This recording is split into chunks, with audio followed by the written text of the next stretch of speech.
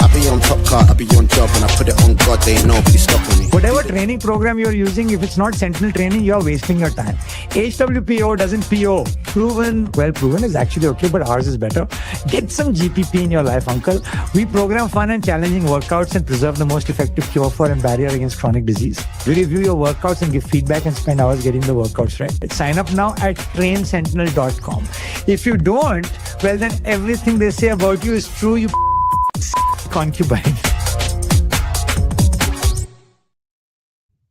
Welcome. Is that your first time seeing that ad, Brandon? Yeah, it is. That's hilarious. Yeah, that's I'm kind of running that ad. This show doesn't have a sponsor, but I'm just running that ad. So if anybody wants to sponsor it instead and stop that ad being played, you can. And here before PC, yeah, PC was finishing off Be Friendly. Yeah. So Kevin, that's why you're late. So I was late. Brandon Swan, fresh off, I assume absolutely bucking your entire body up at Torian, and you're still just on. I feel like that's the type of thing where you're like, all right, time to dust off the old cobwebs, and then after day one, you're like, oh, this is a bad idea. That's exactly how it happened. Yeah, no, I my plan was to start slow and get progressively slower, and that's what happened. But no, it was good, man. It was fun to be out there one more time. Where did you finish? Like 12th, 20th, 22nd? I think I was 20th. Yeah, it was a 2. I know there was a 2. I think I was 20th. I was middle of the pack, which for a part-timer training 45 minutes a day, 5 days a week, I was pretty happy with. I thought that was a pretty good result. Hey, Barry McCockner says my buddy just signed up for dad hours and he loves it. Good. So welcome. I hope if he keeps following dad hours, he will qualify for Torian. Absolutely. You may even get an invite, and then you don't have to do the qualifier. Or his whole life could turn to shit, and he qualifies for NorCal instead. All right, we've got PC, Brandon Swan, and Seth Page from Jump Ship Training. Look at this, Vindicate, $4.99. Thank you. And Jessica B, €3. Oh, are you a fellow country person of mine? €3.49. Jessica's not a very French name, so he must be Irish. All right, we have 3 topics to cover. We have 3 guests. We have 60 seconds each to speak, and then 20 seconds of rebuttal times. Seth, you're close to me, so you're going to go first. We're going to start in the future, and then we're going to go to the present, and then we're going to go to the past. So in the future, Last Chance Qualifiers kick off this weekend. There is... At the time that I sent you this question, there was 4 people registered or something, or 4 males, 4 females. I'm assuming that leaderboard is going to fill up. It was, PC, you might know the exact parameters. Was it like the next 10 spots out from every in-person qualifier event, and then the next 5 from in-affiliate? Is that right? Yeah, it's 10 from the live, and I believe 5 from the in-affiliate. Yeah, I'm not as confident saying 5. I kind of doubt myself saying 5 from the in-affiliate, but it's definitely 10 from the in-person. So, sorry, Swanee, you're out. So the next 10, so down as far as like basically 12th place in most of them, or 11th in Asia and Africa, has a chance to go through the Last Chance Qualifier. So it's a hell of a lot of people. Not everybody has to do it, but obviously the opportunity is there for everybody who wants to do it. I don't think they're going to backfill. So I think if someone doesn't register, like if 5th place doesn't register, I don't think 13th place can, but I actually don't know. You should probably go and read Barbell Spin. They might be able to tell you, because I can't. All right, Seth. Who would be... Oh, look at that. Fucking terrible typing. Nobody's going to say it either, were you not? God damn it. Capital I. Biggest. There you go. Who would be the biggest miss from Last Chance Qualifier? So you got 60 seconds to tell me who and why. And if you want to do male and female, you might get a half a bonus point. Time starts now. Go. Well, now that you just confused the hell out of me as to who's actually going to be competing in this, I'm still going to stick with my answer, but I'll give you a backup in case he's not even going to be there. So the one that jumps out at me is BKG. He's been to the games. I think he has an 11-year-in-a-row CrossFit Games streak. If he does not make it in the LCQ, that will come to an end. And I think that's probably the longest active streak going right now. If he doesn't get to participate, because I think he was like 22nd or something in the online. So if they don't take the people who qualified for the games between those who made it from the online and the in-person to put him in there, then I guess I'm going to go ahead and pick George Sterner. George Sterner only had one shot ever at the games, and it was 2019 when everybody and their brother got a games invite, and he got cut after a couple events. So it's cool to see him come back. I think he was kind of a fan favorite as a young guy coming up, and now it's been a few years he's developed, and we've seen him both in the we've seen him a few times now, and I just think he'll be good. Who is the guy in the middle? Canadian? You're close, like really close. He's Australian. He's a fireman who used to be an accomplished athlete, and he recently did a victory lap at Torian. That's all accurate, isn't it? That's pretty cool. I actually debated wearing. I was going to wear a full suit and sunglasses in just to be funny, but it's too early in the morning for that. So yeah, it's like 5 a.m. So I'll forgive you. All right, Swanee, you got 60 seconds. Time starts now. Go. Yeah, I think the fairy tale story would be Nate Ackerman. After his season so far, he had a close finish earlier in the season. Maybe it was it? I can't even remember which. NorCal semi-final it was at, became fourth, and then he went to NorCal, obviously, and we had that incident. Taylor ripped up his ticket that we may or may not talk about. And so I think he's definitely the fairy tale finish, and would be really cool to see him punch his ticket. But I will give you my male from Australia or from Oceania, someone who people probably won't recognize unless you're from our area, and that's Ben Fowler. I think he's a dark horse to take the win. He's exceptional, particularly at online competition, and I'm backing him to take the spot. On the women's side, Emily Rolfe, if she signs up, I think she was at Mayhem a long time ago, but she'll be hard to beat. Good stuff. She also went to NorCal and didn't do 2 events because she was injured. That's right, PC, isn't it? I'm safe saying that. Okay. All right, Patrick, you got 60 seconds. Time starts now. Go. Damn you, Swanee. That's why I hate you so much.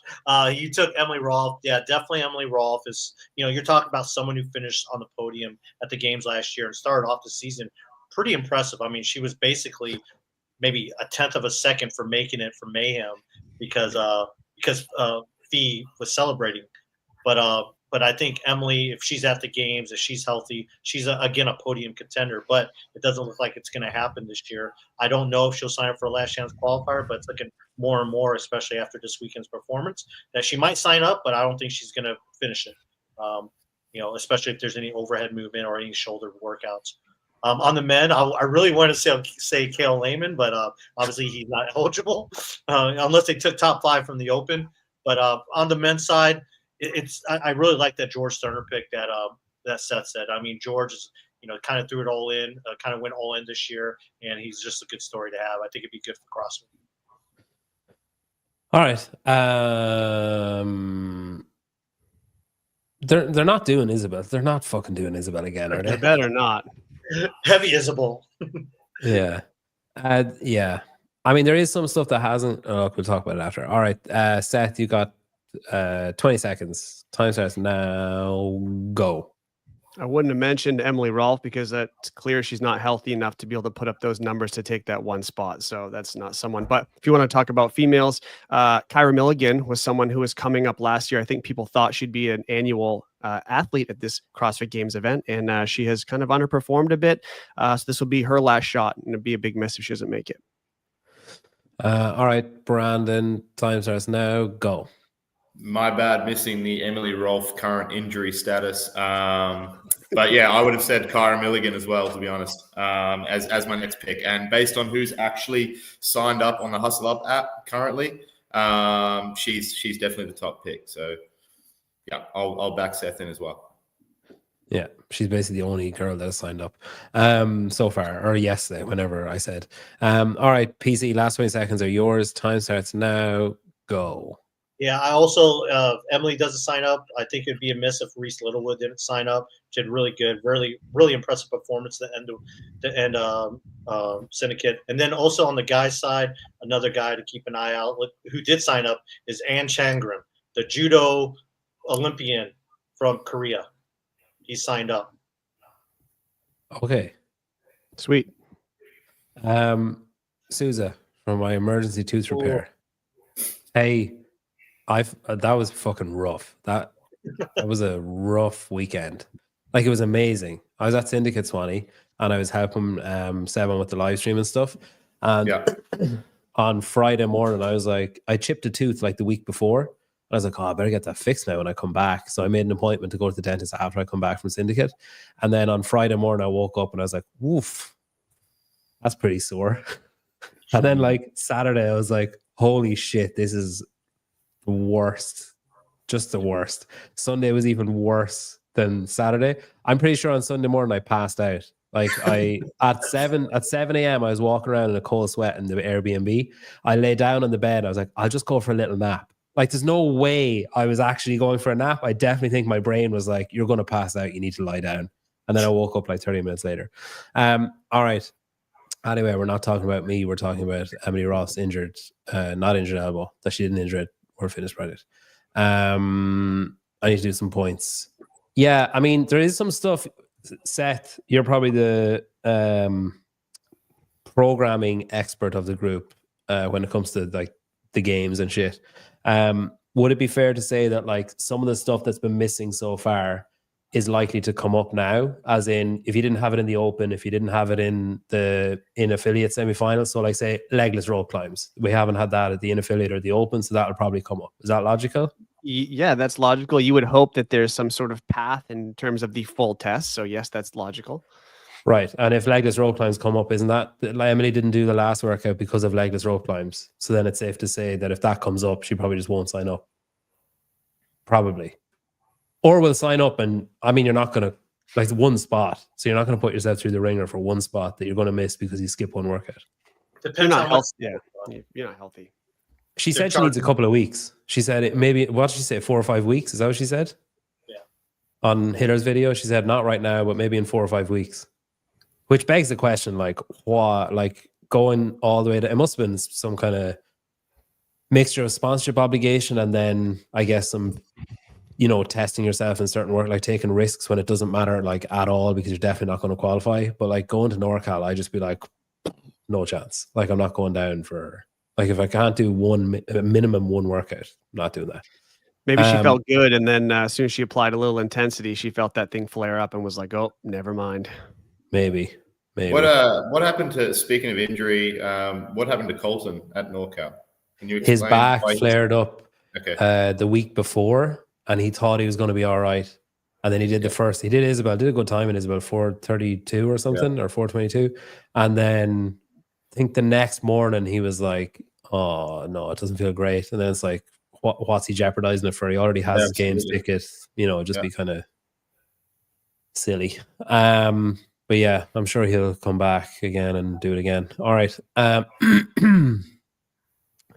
I genuinely have forgotten how to do this. All right. There's the scores. PC's on 2, Swanee's on 2, Seth's on 3 because Seth was the only one to remember that Emily Roth is injured and probably won't do Last Chance Qualifier. All right. We've done the future. Now we're going into the present. So assessing the in-person qualifier events, the catchiest title to ever come out of CrossFit. In IPQEs, just rolls right off the tongue. All right, assessing them. So I gave you guys kind of a brief of what I meant by that, as in, I think it was Seth asked, so what, you want me to rank them 1, 2, 3? And I was like, no, I mean, you can do that if you want, but I more say like broad picture, what was good, what was bad, what stood out as being positive, what stood out as being negative, you know, what's the potential for 2026, etc. All right, Swanee, you're first on this one. You got 60 seconds. Your time starts now. Go.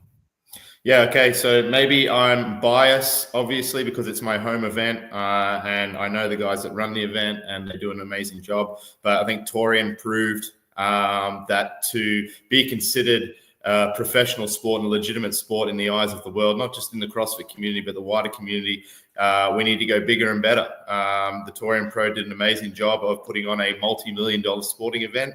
And I think that's the standard now if we want to be considered. I understand that financially that's maybe not doable for everybody, but I feel like they were head and shoulders above many of the other semifinals over the past couple of months. And I think that we need to look towards ways to be able to do that on a more worldwide scale. Maybe we have less semifinals next year in the next few years, and we put more money into them with more qualifying spots to prove or improve the entertainment factor of each of the semifinals. If that doesn't work, you can leak the workouts to Riley Martin and get him to put up a reel before the workout is announced so that everybody knows what the workout is. That's a good idea, Didn't isn't work. it? Yeah, it didn't help him. He needed all the help he can get, and it still didn't work. All right, PC, you got 60 seconds. Time starts now. Go. I mean, Torian is in a class all by itself. It's been like that for a while now since they had the first Torian. But I have to give kudos to Mayhem for showing, hey, if you have a nearly unlimited budget, you know what a broadcast and what it can look like in a fairly decent size affiliate. You know, obviously Mayhem is more than an affiliate. It's a training camp. It has a lot of things that other people don't have, but you know they showed that it can be done. You just got to have money and sponsors to do it.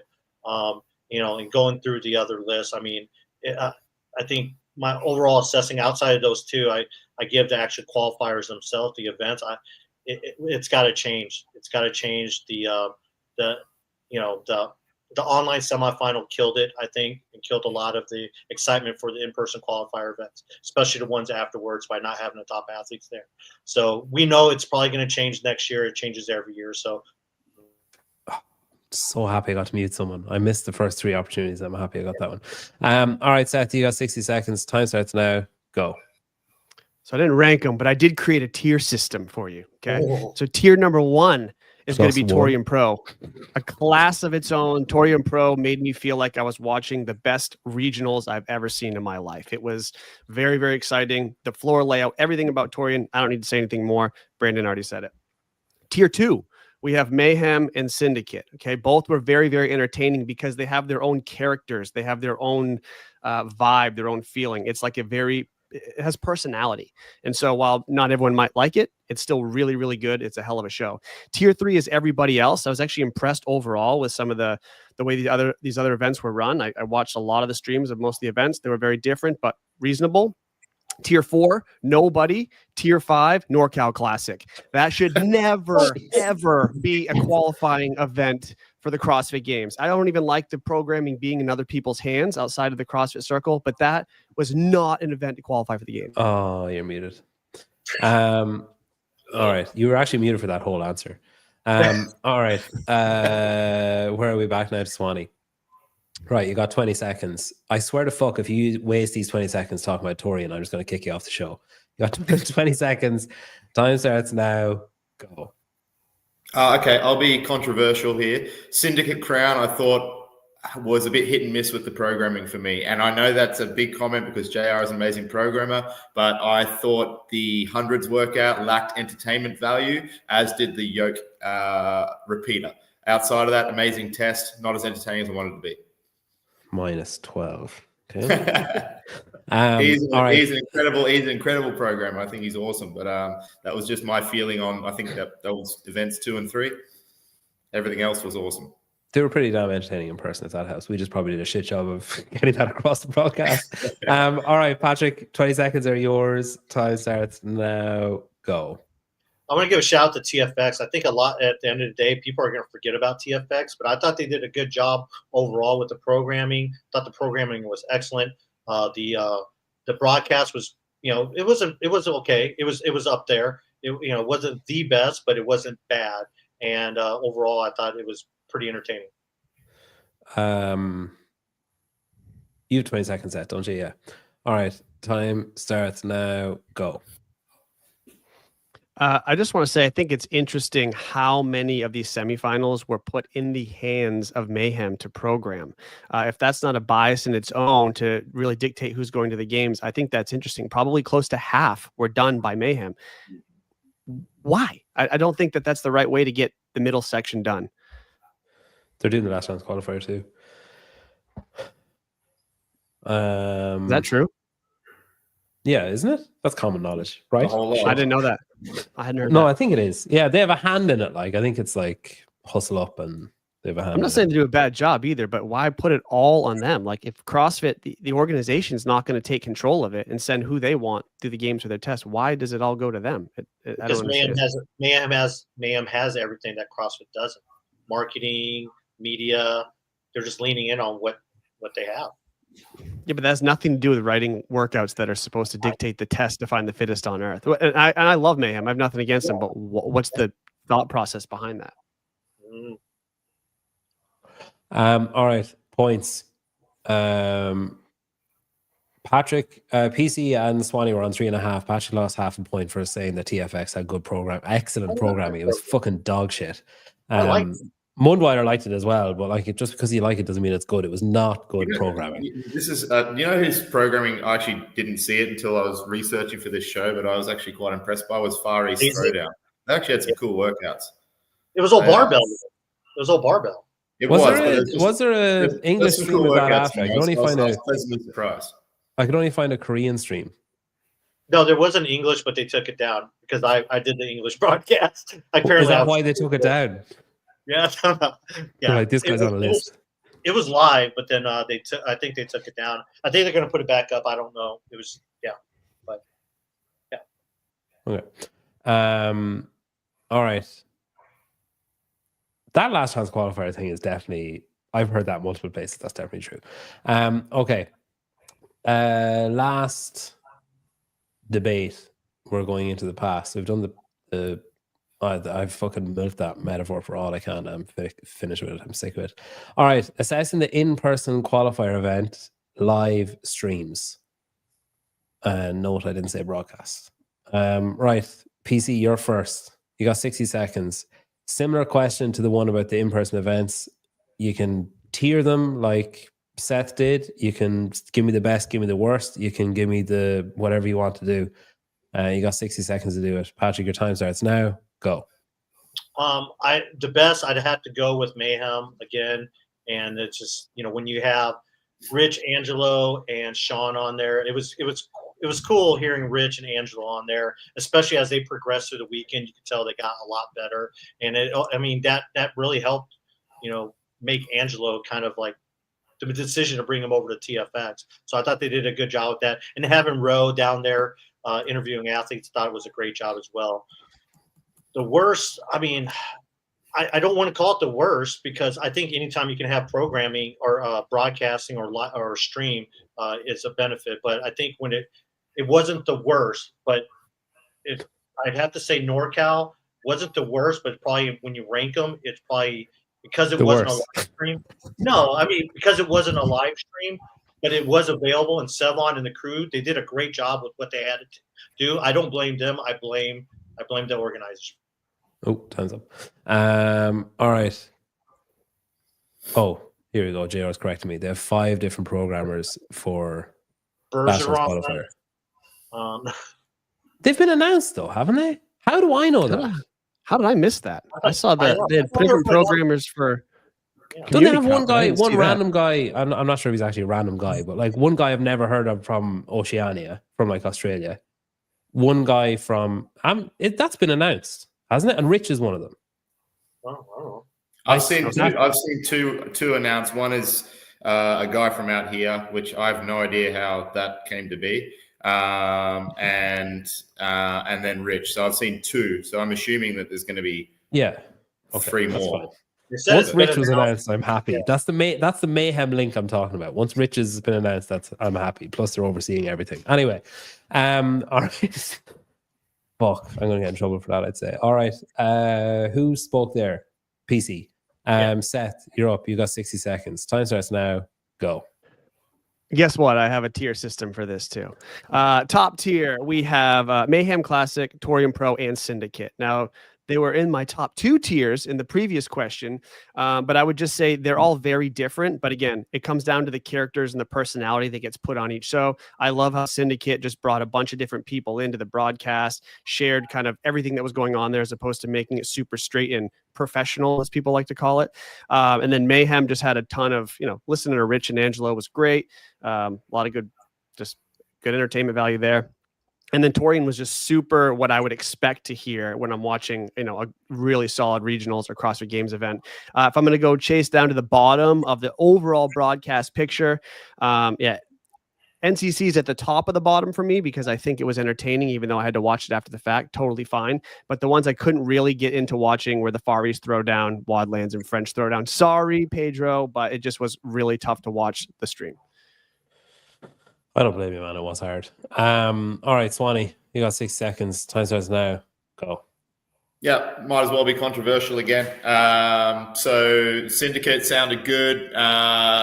For me, someone who's been in the community for a long time, the viewpoints and style I thought was a bit edgy and cool. However, was it the best thing for the sport from an outsider's perspective? Maybe not. I do firmly believe that we need a layer of professionalism at that level for trying to. We're in a very critical time of the sport at the moment in terms of getting it to move forward and grow. I would have liked to have seen a little more professionalism from that group. However, overall, very good broadcast. I actually was quite a fan of the recap style of Savan's work at NorCal. Did I like the semi-final? No. Did I enjoy watching the little recaps after the fact? I actually thought it was a really cool little way to package it up. Good stuff. All right. I got a text and I thought it was someone at Mayhem, but it's not. All right. PC. I'm gonna got. Right. He's Australian. Sorry, Savan.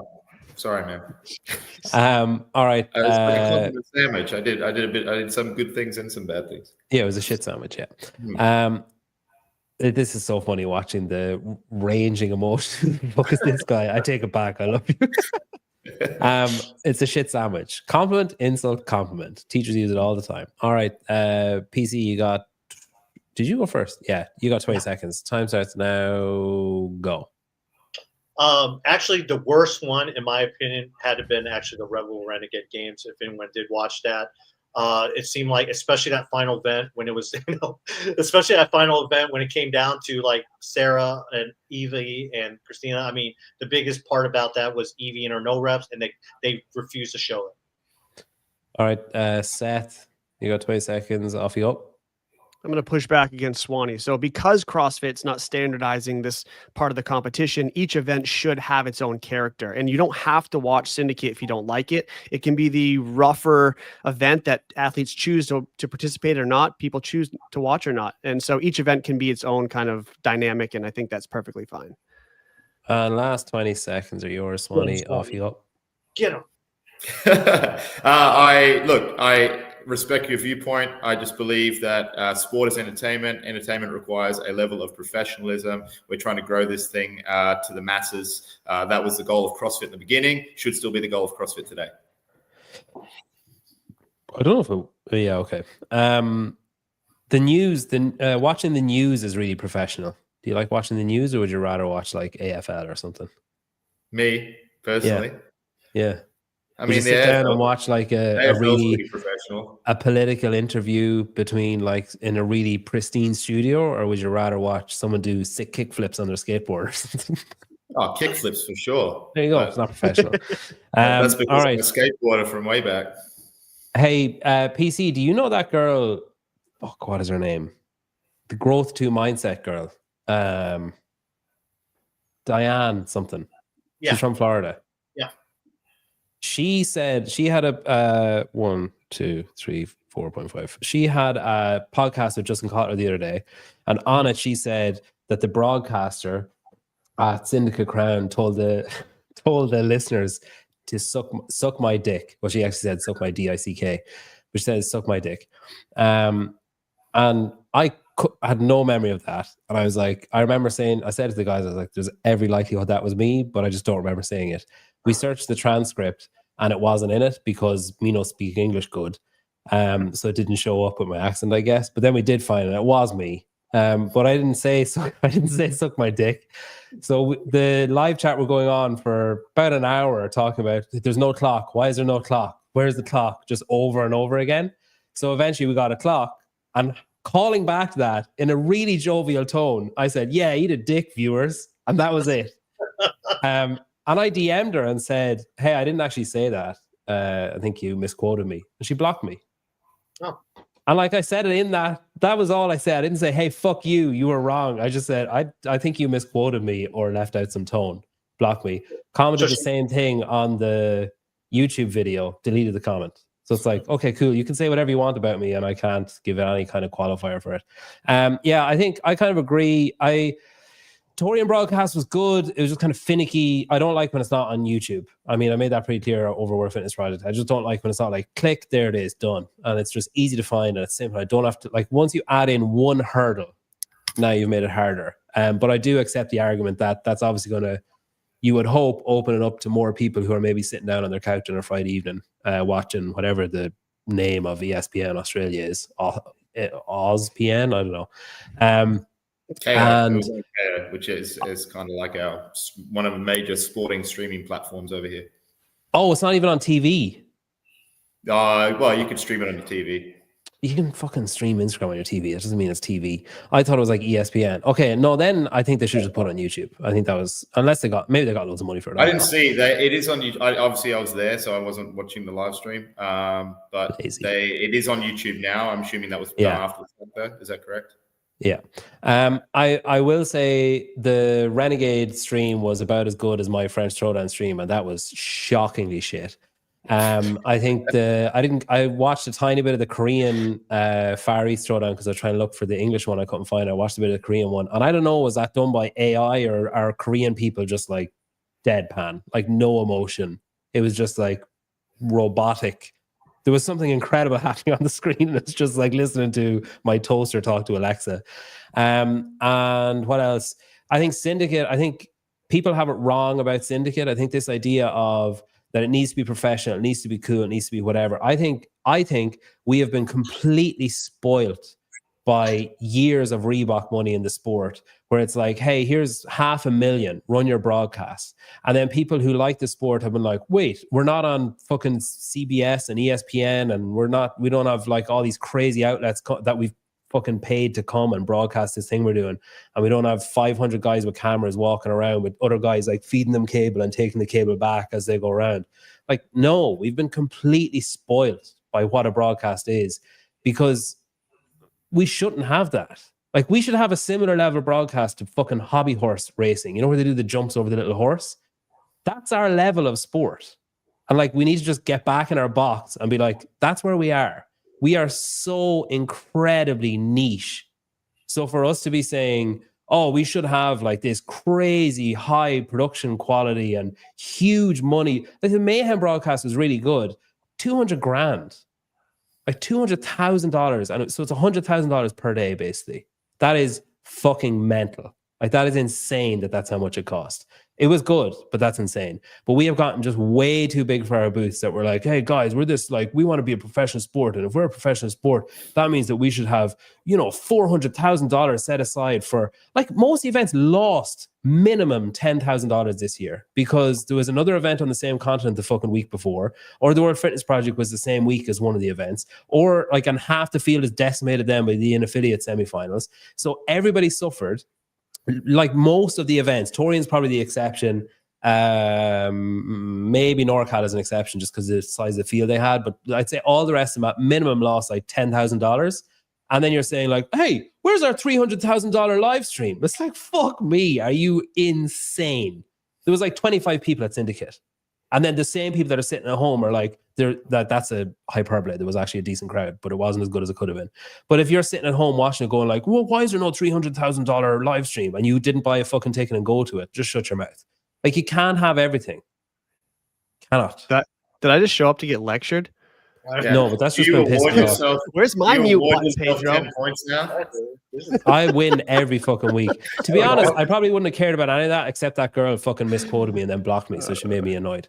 I think the highlights of the broadcast were Angelo De Chico, especially at TFX. I think he was fantastic. I think, like, whenever he wants to stop, just slip right into commentary because he's really good at it, especially when he had Chase beside him, just kind of keeping the reins on him a bit. I think Sousa, like watching Sousa problem solve, was just incredible. And I think the kind of dynamic between Sevon, Bill, and John, especially the like it kind of started at Syndicate and then blossomed at NorCal. I think it was really good. And I actually think that for the type of event that NorCal was, the stream was perfect. The fact that it wasn't perfect. Like imagine you had a $300,000 broadcast for NorCal and it was on ESPN. I mean, fuck me. Like, but yeah, I think overall that presents a problem in itself, right? Like I think we keep harping on NorCal. There was so much variance in the level of each semifinal in terms of just like the physical presence of the semifinal itself. Like Touring Pro was a multi-million-dollar sporting event that they put on here just up the road from me. It was incredible. And then the next week we're in a car park doing a competition that looked like something I was doing in 2011.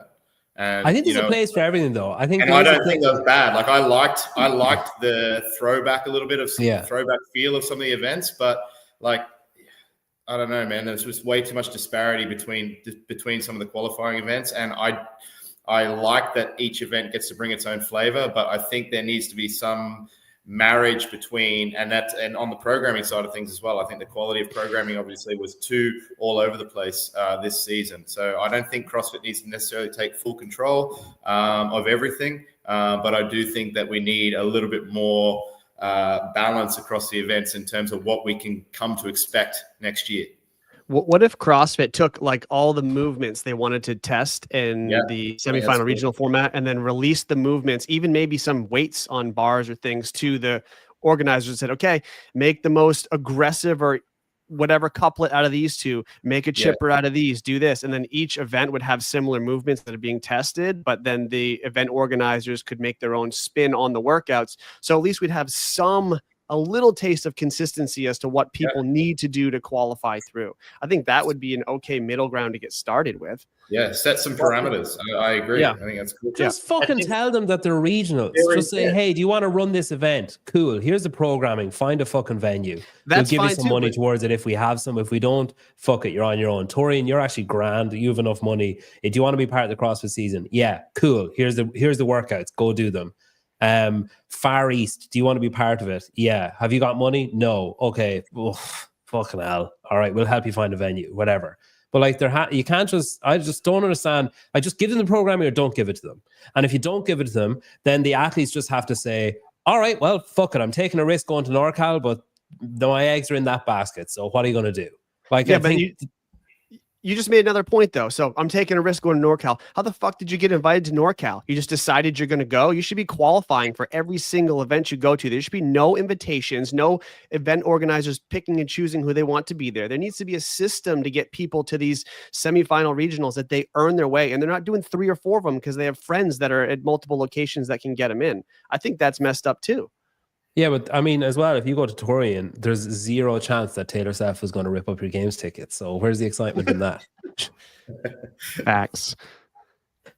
There you go. There is a system to get RA to the games.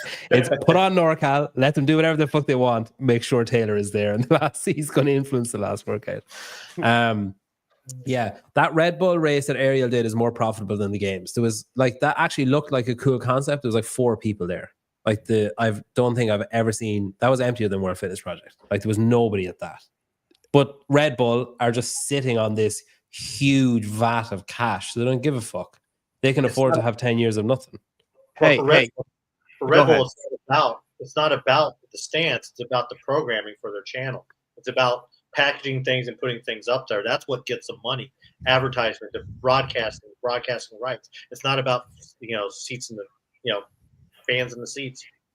You did that already. It was called the Charlotte Classic, and you said I'm never doing that again after you did it. So we've read that chapter. Look at this. Grant popping in the comments. He's going to catch a stray right now. Grant made this ridiculous post about, the real semifinal NorCal Classic needs to have 5 to 10 game spots per thing because of the field. 5 to 10 game spots. And then he comes right after he goes, NorCal shouldn't qualify anybody. Like, talk about flip-flopping, calling out PC. The guy had the biggest flip-flop call of the year, Grant. Come on. Oh, apparently it doesn't matter if you flip-flop. It's fine. Yeah. Okay. Yeah. Yeah, I think he just tried to predict what Hiller would put on his channel and then made a video that was ostensibly the same thing and got out first. Hey, Pedro, speaking of fucking, you got a show here in what, like 20 minutes? Yeah, it's actually supposed to have already started. Oh, well, I can't wait. What do we have to look forward to with Monday here in NorCal? I sent him Hiller's videos and I told him 2 specific events to watch. That should be enough. All right. I thought this was paid for. I suppose it kind of is. Is Seth familiar with Grant's 1 mile trial? Oh yeah, he did a 1 mile race and his phone died after he made 400 videos about Kay Lehman not putting his scores in properly and not having evidence. Nice. All right, points. 5 for Seth, 3.5 for Swanee, 4.5.